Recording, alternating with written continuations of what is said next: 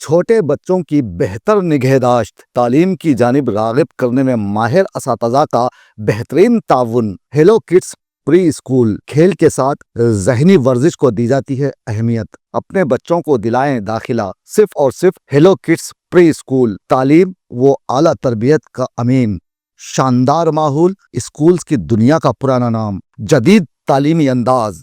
दाखिले जारी हैं। हेलो किड्स प्री स्कूल, संतोष नगर, हैदराबाद।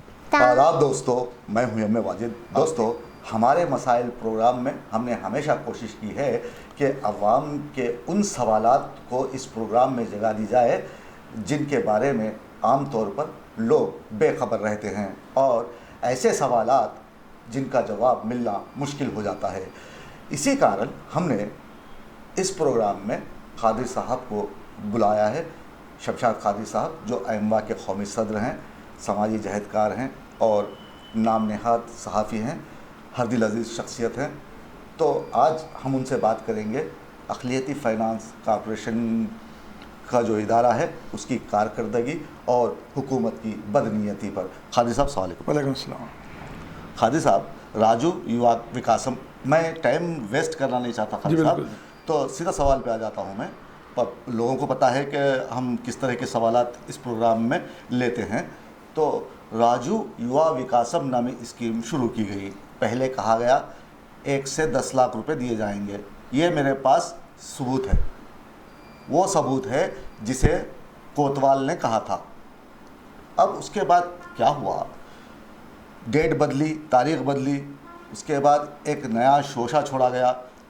50,000, 1 लाख, 2 लाख, 3 लाख, 4 लाख। ठीक है, ये भी सही है। गरीब अफराद जो चोर उचक्के नौजवान, बेरोज़गार नौजवान जिन्हें नौकरी नहीं थी, वो चोरी करने लगे, डाका डालने लगे, कत्ल करने लगे पैसों की खातिर। तो ऐसे लोगों को एक राहत महसूस मिली कि हुकूमत ने ऐलान किया कि बेरोज़गार नौजवानों को रोज़गार से मरबूत किया जाएगा। चलिए ठीक है, मान लेते हैं ये स्कीम शुरू की गई। पहले तो उस स्कीम को कहा गया राजू शक्ति स्कीम, फिर उसके बाद राजू युवा विकासम कहा गया। चलिए ठीक है, इसको भी मान लेते हैं। स्कीम शुरू कर दी गई और ऑनलाइन इसकी दरख्वास्तें ली गई। लेने के बाद कहा गया कि ऑनलाइन तो आपने दरख्वास्तें दे दी हैं, तो आपका काम ये है कि वार्ड ऑफिस में इसे एक कॉपी जमा कीजिए। लोगों ने जोग दर जोग जाकर वहाँ पर जमा कर दी। उसके बाद वार्ड ऑफिस में लोग कहने लगे, वहाँ के जो इंतज़ामिया है वो लोग कहने लगे, नहीं नहीं नहीं, हम नहीं लेते, आप इसे मंडल ऑफिस में ले जाकर जमा कर दीजिएगा। तो मैंने कोतवाल से पूछा ये माजरा क्या है, तो कोतवाल ने कहा कि हमने तो ऐसा कहा ही नहीं। मैं ज़ाती बात बता रहा हूँ खान साहब, जब लोग मुझसे पूछने लगे, भाई पहले जो है सुना वार्ड ऑफिस में बोले, उसके बाद मंडल ऑफिस में कह रहे हैं, तो हम जाएं तो कहाँ जाएं। तो मैंने कोतवाल से सवाल किया कि कोतवाल साहब बताइए ये क्या माजरा है, ऐसे क्या है तरीक़ा है। नहीं, ऑनलाइन डाल दिए ना, ख़त्म। तो यहाँ भी मुझे तशफ़ी बख्श जवाब नहीं मिला। तो उसके बावजूद लोगों ने फार्म भरे, सुहाने सपने देखने शुरू किए।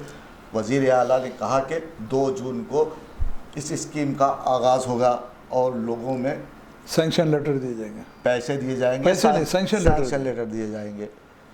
2 जून खुदा खुदा करके आया। उसके बाद सूरत हाल एकदम बदल गई। ऐलान किया गया कि इस स्कीम को उबूरी तौर पर रोका जा रहा है। तो खादिर साहब, मेरा सवाल ये है कि क्या हकीकत में हुकूमत गरीब अफराद, बेरोज़गार अफराद की फलाह के लिए संजीदा है? बहुत बहुत शुक्रिया वाजिद साहब।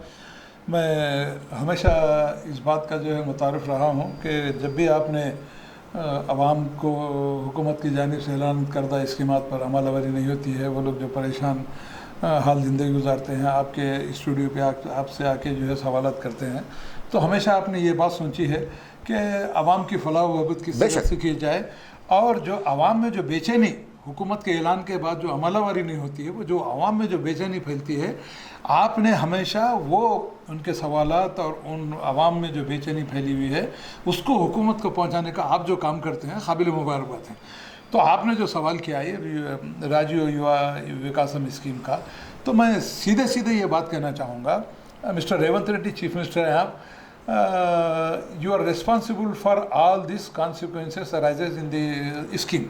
देखिए, अगर आपको 2 जून को सैंक्शन लेटर जब नहीं देना था, जब आपके जो है एप्लीकेशन मुकम्मल नहीं हुए थे, तो फिर मुझे ये बात बड़ी शर्म के साथ कहनी पड़ती है। एक आप चीफ मिनिस्टर होने के नाते, आपके इतना बड़ा महकमा है, आप तेलंगाना हुकूमत चला रहे हैं, आप आवाम की उमंगों को जो है पूरा करने के लिए आपने जो वादे किए थे, आपने जो मैनिफेस्टो में जो बात की थी, 6 ज़मानतें हो या युवा इसका स्कीम का मामला हो, ये सब हो, मुझे ऐसा महसूस होता है आपके सवाल के तनाजुर में वाजी साहब, ये सिर्फ चंद्रशेखर राव जो है काम नहीं करके गया, चंद्रशेखर राव डुबा के चले गया, चंद्रशेखर राव बहुत वादे किया। तो मिस्टर रेवंत रेड्डी, मैं आपसे ये सवाल करना चाहता हूँ कि आपने अपनी हुकूमत संभालने के बाद से आज तक तेलंगाना की हुकूमत को कितने आपने वादे पूरे किए, कितने आपने जो है ज़मानतों को पूरा किया, कितने जो है बेरोज़गार नौजवानों को आपने नौकरी दी, कितने ख़वातीन को उनके खदमत पे खड़ा किया। ये तो सिर्फ शोबदेबाजी है, और जिस तरीके से आवाम को बेवकूफ़ बनाना चाहते हैं वैसे बेवकूफ़ बना रहे हैं। मेरा सीधा सवाल, मैं आपसे डायरेक्ट एक बात की क्रिटिसाइज़ करना चाह रहा हूँ कि आपकी हुकूमत, आपकी चीफ मिनिस्ट्री, आपके फाइनेंस मिनिस्टर, आपके जितने महकमे हैं, माइनॉरिटी फाइनेंस कॉरपोरेशन है, तमाम नाअहल लोग हैं, काम करने वाले नहीं हैं, सिर्फ और सिर्फ तेलंगाना की आवाम को बेवकूफ़ बना रहे हैं आप, इससे हट के कुछ काम करने वाले नहीं हैं। मिस्टर रेवंत रेड्डी, आपको अब समझ जाना चाहिए, इस तरीके के हथकंडे अब इस्तेमाल होने वाले नहीं हैं। आवाम में शऊर बेदारी आ चुकी है, आवाम को मालूम है कि उनकी कौन खिदमत करने वाला है, उनका कौन फ़ायदा पहुंचाने वाला है।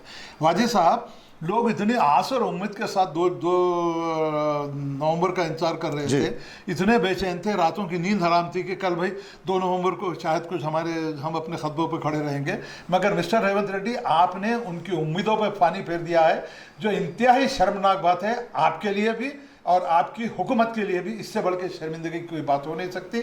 और मैं आपको ये बात कहना चाहता हूँ मिस्टर रेवंत रेड्डी, अगर आप इस तरीके के हथकंडे इस्तेमाल करते रहेंगे तो आने वाले इलेक्शन में मैं समझता हूँ कि तेलंगाना आपको जो है दूध में से मक्खी निकाल के फेंकने के लिए तैयार है, मेरा जहाँ तक जी।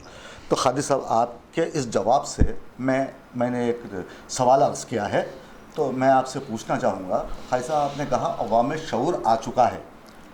मैं नहीं समझता कि अवाम में शऊर आ चुका है, क्योंकि देखिए, मैंने इतने सारे प्रोग्राम्स किए हैं और लोगों से मुखातिब हुआ हूँ, उन्हें कहा हूँ कि देखिए, जहाँ पर भी आपके साथ नाइंसाफ़ी होती है तो आप एहतजाज का रास्ता इख्तियार कीजिए, लेकिन लोगों में ये शऊर नहीं है, सवाल करने का भी उनमें हिम्मत नहीं है। अब जबकि इतनी बड़ी स्कीम थी ये, लोग खामोश हैं।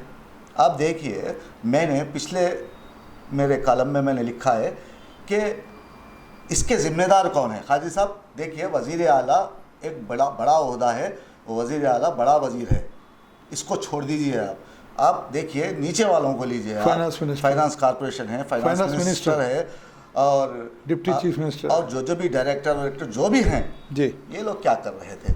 जबकि आप देखिए, मंडल ऑफिस और वार्ड ऑफिस में मैंने जाकर वहाँ का जायज़ा लिया है और देखा है और लोगों से मिला हूँ, ज़मीनी हकीकत मैंने देखी है, मैंने वो देखा है जो किसी ने नहीं देखा। मैंने लोगों से जाकर मुलाकात की है और पूछा है उनको क्या हुआ, तो लोग कहते हैं कि हमें तो फ़ोन ही नहीं आया। वो हुकूमत कहती है कि फ़ोन किया जाएगा। अरे कितनों को कब तक किया जाएगा? किसी आदमी को किया जा रहा है, एक घर है, एक घर के बाजू में दूसरा घर है, एक घर को फ़ोन आ चुका है, एक घर को फ़ोन नहीं आया। डिस्पैरिटी है। तो ये क्या है? तो ये जो नज़्म नस्ख है हुकूमत का, ये नाकाम है, तो फेलियर है। तो ऐसे में देखिए खालिद साहब, ये लोगों को बेवकूफ़ बनाने के अलावा कुछ काम नहीं कर रहे हैं। और रही बात, अब जबकि ये स्कीम नाकाम हो चुकी है तो उसे कैसे किस अंदाज से पेश किया जा रहा है लोगों के सामने, ये तो आप बखूबी जानते हैं। बताया जा रहा है कि ये स्कीम रुकी नहीं है, ये रोका इसलिए गया है कि बहुत जल्द जब तमाम दरख्वास्तों की जांच होगी तो इस स्कीम को आगे बढ़ाया जाएगा। यानी कि लोगों की आंखों में धूल झोंका जा रहा है, बिल्कुल। तो धूल झोंक कर उन्हें खामोश किया जा रहा है, और फिर 1-2 महीने के बाद या 3 महीने के बाद जब भी बल्दी इंतखाबात होंगे उस मौके पर बड़ा शोर मचाया जाएगा और जो 50,000 सब्सिडी स्कीम है वो 10-15 लोगों को देकर ख़त्म कर दिया जाएगा। तो ये मैंने अवाम से पूछा है, उनके दरमियान में गया हूँ और लोगों से पूछा हूँ, तो लोगों ने मुझे ये जवाब दिया है। क्या इस पर आपका रद्द अमल है? आप क्या बताना चाहेंगे और हुकूमत को आप क्या कहना चाहेंगे कि अगर ऐसा होता है तो हुकूमत की नेक नामी पर असर हो सकता है या फिर हुकूमत ही डूब सकती है? देखिए, बिल्कुल आपने जो सवाल किया, शऊर बेदारी का मामला ये है। देखिए वाजिद साहब, लोगों में शऊर बेदारी है, लोगों में बेचैनी फैली हुई है, लोग ऑफिस बेचैनी जरूर फैली हुई है, चक्कर ऑफिस के चक्कर मार रहे हैं। और एक चीज़ मैं आपसे ये बात कहना चाहूँगा, मंडल नहीं, आप माइनॉरिटी फाइनेंस कॉर्पोरेशन के ऑफिस में जाके देखिए, बाज़ाब्ता नोटिस लगाई गई है कि एक हार्ड कापी जो है माइनॉरिटी फाइनेंस कॉर्पोरेशन में दाखिल करना ज़रूरी है। मैंने यही सवाल किया था। एक मिनट मैं आपको रोकता हूँ यहाँ पर। देखिए खालिद साहब, मैंने यही सवाल कोतवाल से किया था, पूछा था क्या आपके पास ला कर देना ज़रूरी है, तो उन्होंने कहा ऑनलाइन कर दिए ना, ज़रूरत नहीं है। मैं ये सबूत हूँ, मेरा फ़ोन नहीं, आप सबूत नहीं है, ये अखबारात में ये बात आई है कि एक हार्ड कॉपी जो है ऑफिस में लाके सबमिट करना है। मैंने डायरेक्ट सवाल किया है। नहीं, वो लोग जो है पहलू तय करने के लिए उनको, मैं ऐसा समझता हूँ वाजिद साहब कि ये सिर्फ जो है एक मोहरों को लाके बिठा दिया गया, किसी में तालमेल नहीं है खालिद, किसी में तालमेल नहीं, मोहरों को लाके बिठा दिया गया। तुम बैठो बस, रेवंत रेड्डी की तारीफ करो और उसकी हुकूमत की तारीफ करो, इससे हटकर रोज घर जाके बिरयानी खाओ। असल एक्चुअली यहाँ पर सवाल ये है कि 1 लाख 2 लाख 4 लाख के जो भी लोग हैं, अब ये गरीब जो है बेचारे, जो कम पढ़े लिखे लोग हैं या जो मजबूर लोग हैं, अगर हम कुछ गड़बड़ करेंगे तो ये इसका भी फ़ायदा नहीं होने वाला, इस वास्ते लोग परेशान हाल है। और एक ख़ास बात कहना चाहूँगा, ये सबसे अहम चीज़, इससे पहले भी आपके प्रोग्राम में हमने जो आवाम से इस बात की जो है अपील की थी कि अब आपको पूरा अमन एहतजाज करते हुए हुकूमत को घुटनों पे लाना बेहद ज़रूरी है जी। जब तक आवाम आगे बढ़ के जो है अपने परेशानियों को हुकूमत तक पेश नहीं करेगी, ये कुछ होने वाला नहीं है। क्योंकि ये हुकूमत इतनी बेहिस और इतनी जो है लाचार हो चुकी है।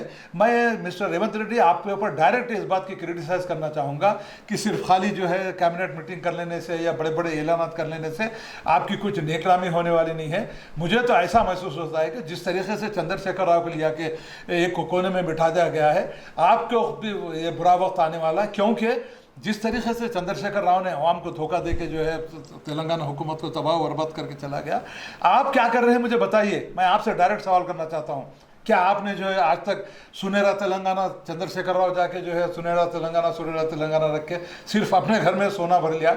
आज किसी गरीब को तेलंगाना बनने के बाद से एक जो है फूटी पड़ी का फ़ायदा नहीं हुआ।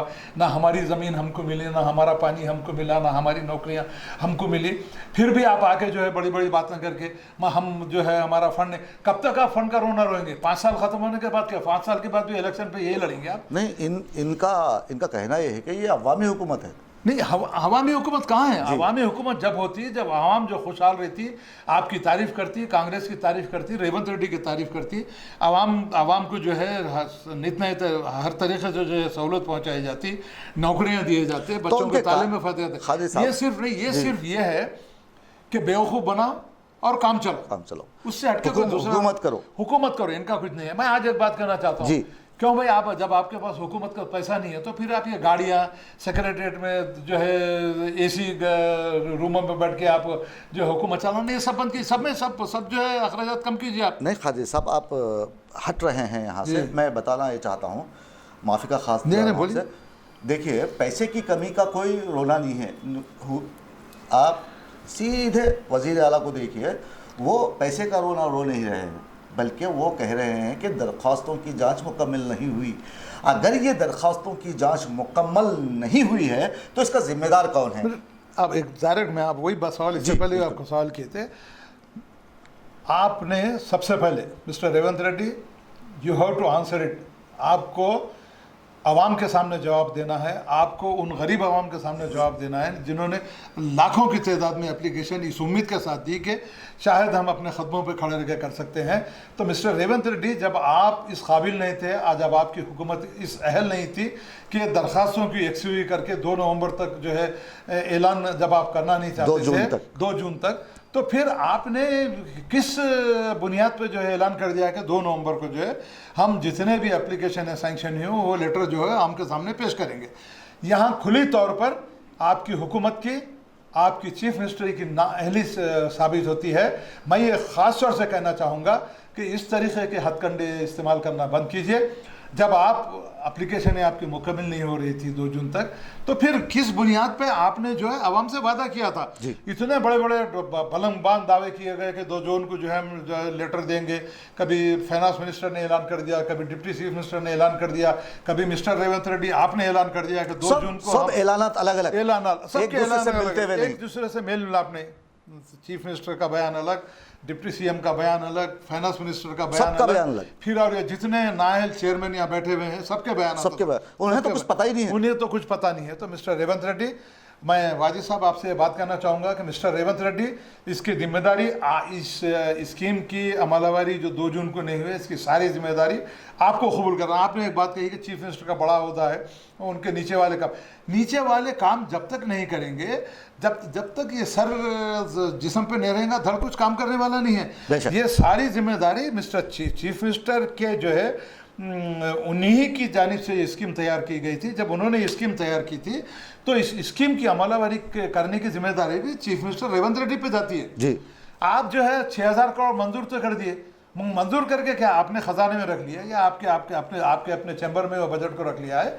हम रेवंत रेड्डी ये बात आपसे कहना चाहते हैं कि राजीव युवा स्कीम को किस तरीके से अब अमलवारी करेंगे, उसको किस लिए रोका गया है, इस तमाम की जिम्मेदारी और स्कीम को नाकाम बनाने में किन अहदेदारों का हाथ है, या फिर हो सकता है कि आपकी ही जो है नाअहली की वजह से स्कीम को जो इम्प्लीमेंटेशन नहीं हो रहा है, इसका जवाब देना, आवाम के सामने जवाब देना मिस्टर रेवंत रेड्डी आपकी जिम्मेदारी है। ठीक है खालिद साहब, देखिए हुकूमत की बददयानती साफ तौर पर दिखाई नजर आ रही है। कैसे मैं वही सवाल आपसे पूछ रहा हूँ खालिद साहब। देखिए, बहुत शोर सुनते थे पहलू में दिल का, जो चीरा तो एक खतरा खून ना निकला।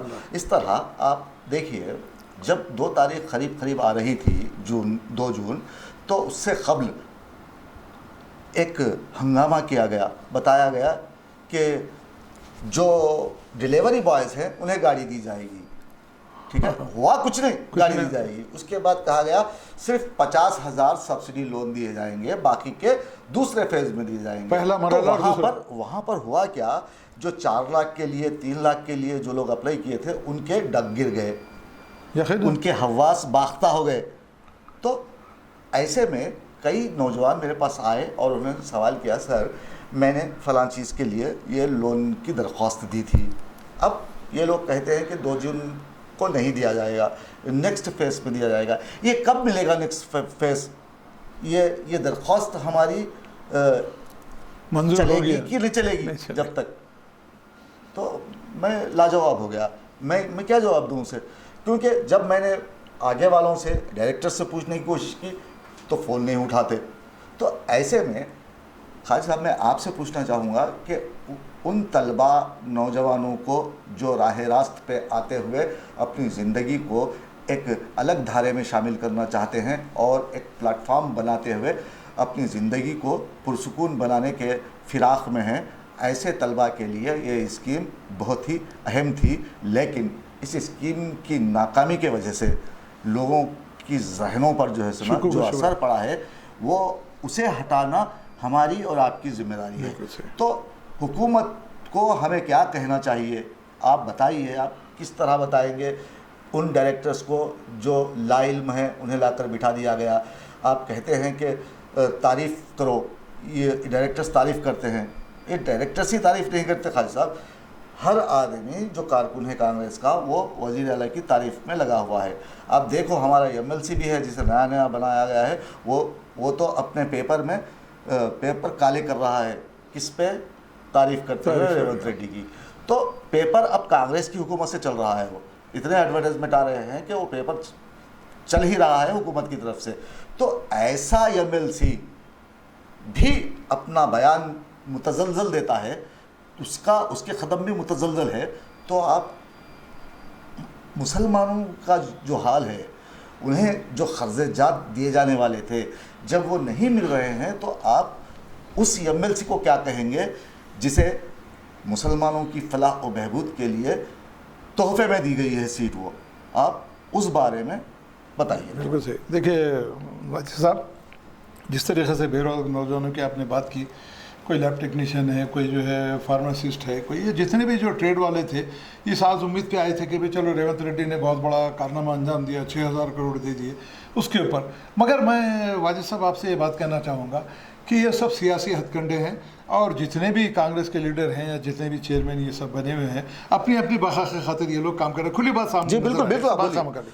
और जितने भी मुस्लिम लीडर हैं या जितने भी कांग्रेस के लीडर हैं, मैं उनसे एक ख़ास बात से ये बात कहना चाहूँगा कि लीडरशिप की अहमियत नहीं है वाजिद साहब, लीडरशिप की अहमियत नहीं है, आवाम की खिदमत की अहमियत है। आपको पोस्ट मिली है या ना मिली है, मगर यहाँ पर जो चंद हाशिया बरदार लोग जो है ना, कहीं अगर मैं रेवंत रेड्डी के खिलाफ कोई बात करूँगा तो हो सकता है कि मेरी आने वाली कोई सीट मेरी चली जाएगी।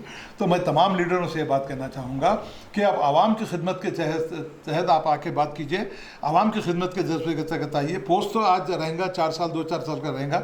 अब रहा एमएलसी साहब, मिस्टर आमिर अली खान साहब जो है एमएलसी बने हुए आए, पर शुरू में तो बड़ी बड़ी बातें उन्होंने की, मुसलमानों की फलाह वहबत के लिए बात की, सब की। अब ये जो राजीव युवा स्कीम जो रुकी हुई है, उस पर एक लफ्ज़ नहीं बोला फिर जाता। उसके ऊपर मिस्टर आमिर अली खान, मैं आपसे सवाल करना चाहूँगा कि एक समाजी जहदकार होने के नाते जमहूरियत में सवाल करने का हक सबको है, और मैं आवाम से भी इस बात का जो है मुतालबा करना चाहूँगा ख़ास तौर से कि आप लोग सवाल करने की आदत डालिए, चाहे चीफ मिनिस्टर हो, चाहे प्राइम मिनिस्टर हो, चाहे फिर कोई बड़े से बड़ा ऑफिसर हो। जब तक आप सवाल नहीं करेंगे, जब तक आपको जो है कुछ हासिल होने वाला नहीं है। मैं मिस्टर आमिर अली खान से ये बात कहना चाहूँगा कि जब आपको एमएलसी का पोस्ट दिया गया था, एक ग्रां सदर ओहदे पे आपको बिठाया गया था, तो आपकी ज़बान क्यों चुप है? ये स्कीम का जो है, स्कीम के बारे में आपने क्यों बात नहीं की? क्यों चीफ मिनिस्टर से आपने बात नहीं की? क्यों ये रुकने की इसकी वजह क्या है? सिर्फ अखबारों में बयान देने से या चीफ मिनिस्टर की तारीफ़ करने से मुसलमानों का या पिछड़े तबक़ात का कोई फ़ायदा होने वाला नहीं है। एमएलसी बनाया गया इसलिए था कि आवाम की और मुसलमानों की फलाह बहबूद की जाए।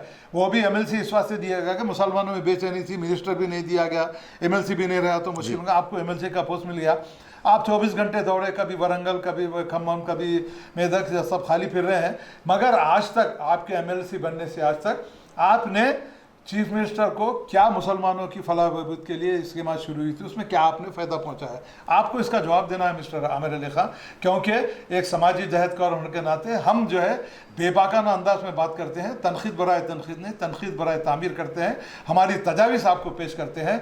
आपको एमएलसी का पोस्ट दिया गया है, तो यहाँ ईमानदारी से, बेबाकी से इस बात का आपको सबूत देना है कि जो पोस्ट आपको दिया गया है उसके साथ आपने जो है हकीकी तौर पर उसका जो है फ़ायदा उठाया या नहीं उठाया। जो मुसलमान तड़प रहे हैं, जो नौजवान बच्चे नौकरियों के लिए तड़प रहे हैं, सिर्फ आपके अखबारात में ऐड हासिल कर लेने से कुछ होने वाला नहीं है। मिस्टर आमिर अली खान, रेवंत रेड्डी के नाले में यह बात लाते हुए राजीव युवा विकासम स्कीम को जो रोक दिया गया है, इसके बारे में अगर आप हमारी आवाज़ आप तक पहुंच रही है तो इसके बारे में आपके अखबार चाहूँगा कि आपको शर्म आनी चाहिए थी। 52 आपके मुतालबात में से सिर्फ एक डीए का जो है दिया गया है। आपकी शर्म कहाँ मर गई, आपकी हया कहाँ मर गई? और तमाम मेरी जहाँ तक आवाज़ पहुँच रही है लीडरों से बात पूछना चाहूँगा कि 52 मुतालबात में से कितनी शर्म की बात है कि एक मुतालबा आपका जो डीए दिया गया वो भी भीख के अंदाज में दिया गया, और फिर हेल्थ का मामला जब आया तो उसका जो है अब एक वो बनाया जा रहा है, बना के उसके चेयरमैन जो है कोई कलेक्टर रहेंगे, फिर उसके बाद जो है 500 रुपीज़ एम्प्लॉय से भी लेंगे, उतना ही अमाउंट जो है गवर्नमेंट देंगी, फिर उसके बाद जो है फिर क्या होने वाला है। तो अब ये सारी चीज़ें उन लीडरों से मैं कहना चाहूँगा कि अगर आप में अब भी शर्म बाकी है, जितने भी यूनियन के लीडर हैं, अब भी जो आपने स्ट्राइक की नोटिस दी है उस पर अमलावरी करते हुए तमाम 52 मुतालबात को हल कराने के लिए और हुकूमत को घुटने पर लाने के लिए ये सारी जिम्मेदारी यूनियन लीडरों की है। उसके साथ साथ चीफ मिनिस्टर रेवंत रेड्डी की भी है कि आप ये मत समझिए जो हुकूमत में मुलाजिम सरकार हैं, जो रिटायर्ड एम्प्लॉयज़ हैं, ये आपकी हुकूमत की रीढ़ की हड्डी है। अगर आप इनको नाराज़ करेंगे तो आने वाला वक्त आपके लिए बहुत बुरा होने वाला है। जी बहुत बहुत शुक्रिया खादी साहब। दोस्तों, खादी साहब का कहना है कि जो सरकारी मुलाजिमीन हैं और वजीफ़े याब हैं, उनकी मुश्किलें बढ़ती ही जा रही हैं, कम होने के बजाय ये शैतान की आंत की तरह बढ़ रही है। तो ऐसे में हुकूमत को चाहिए कि उनकी मुश्किलात को दूर करने के लिए उन्हें जो बरात दिए जाते हैं वो फौरी असर के साथ उनके हवाले की जाए। और दूसरी तरफ कादी साहब ने बताया है कि गवर्नमेंट दवाखानों में यूँ तो जैसे कि उस्मानिया दवाखाना है, गांधी हॉस्पिटल है, यहाँ पर जर्नलिस्टों को और वर्कर्स को जो वजीफ़ेदार हैं, एम्प्लॉइज़ को मुफ्त में इलाज किया जाता है। लेकिन देखने में ये आया है कि यहाँ पर भी चालबाजियाँ हैं और इन्हें लूटने की तैयारियाँ जारी हैं।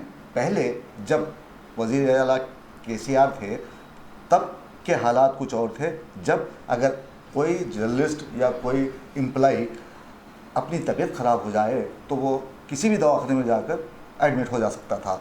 लेकिन अब एक शर्त लगाई गई है कि पहले खैरताबाद जाएं, वहाँ जाकर प्रिस्क्रिप्शन लें, फिर वो जो इंतखाब करेंगे रेफर लेटर लें और उसके बाद जो इंतखाब करेंगे उसी हॉस्पिटल में उन्हें इलाज दस्तयाब होगा।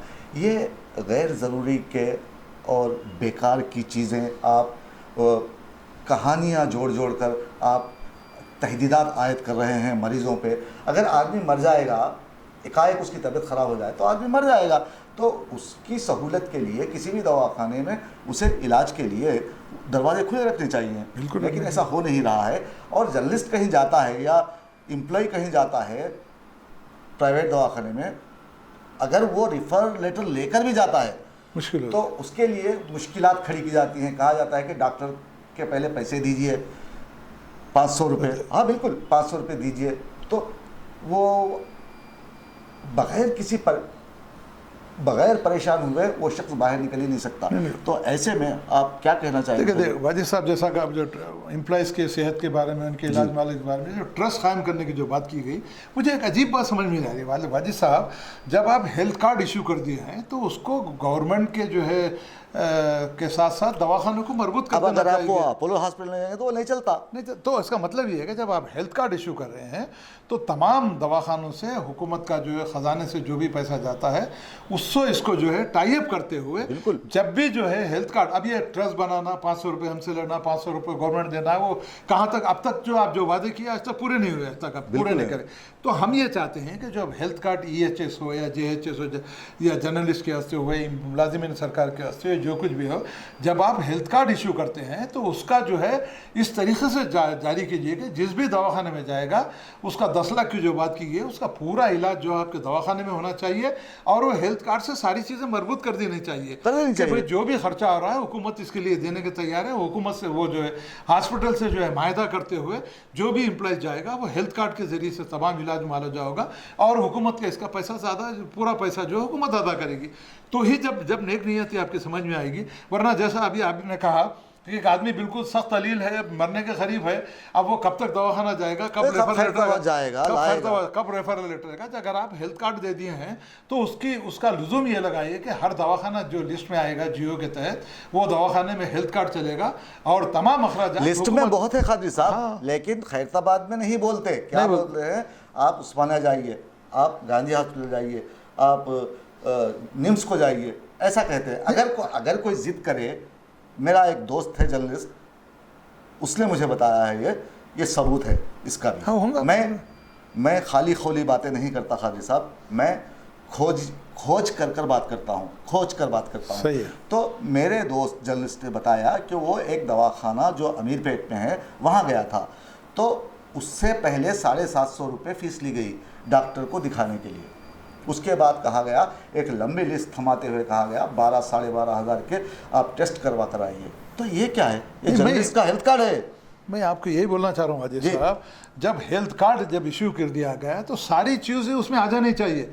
जिस भी दवाखाने में हेल्थ कार्ड जा रहा है, ये हुकूमत की जिम्मेदारी बनती है कि वो हेल्थ कार्ड जो है मुलाजिमिन सरकार को दिया गया है, कौन से दवाखाना जाना है, क्या जाना है, जियो इशू करते हुए और उसके सारे अखराजात का जो है जिम्मेदारी हुकूमत के लेते हुए वो कार्ड से मरबूत करना चाहिए। बिल्कुल। अब एक आदमी जो है बिल्कुल सीरियस है, मरने वाला है, उन्हें रेफरल करके दवाखाना मर जाएगा। तो अगर ये कार्ड जो इश्यू कर दिया जाएगा उसमें जो है सारी सहूलियात बयान फरमाते हुए दवाखाने से उसको टाई अप करते हुए हुकूमत से टाई अप करेंगे तो हमको रेफरल की ज़रूरत नहीं पड़ेगी, और वो जो हेल्थ कार्ड है जाके हम दवाखाने में शरीक होंगे तो ही जब सहूलत होने वाली है। बेशक।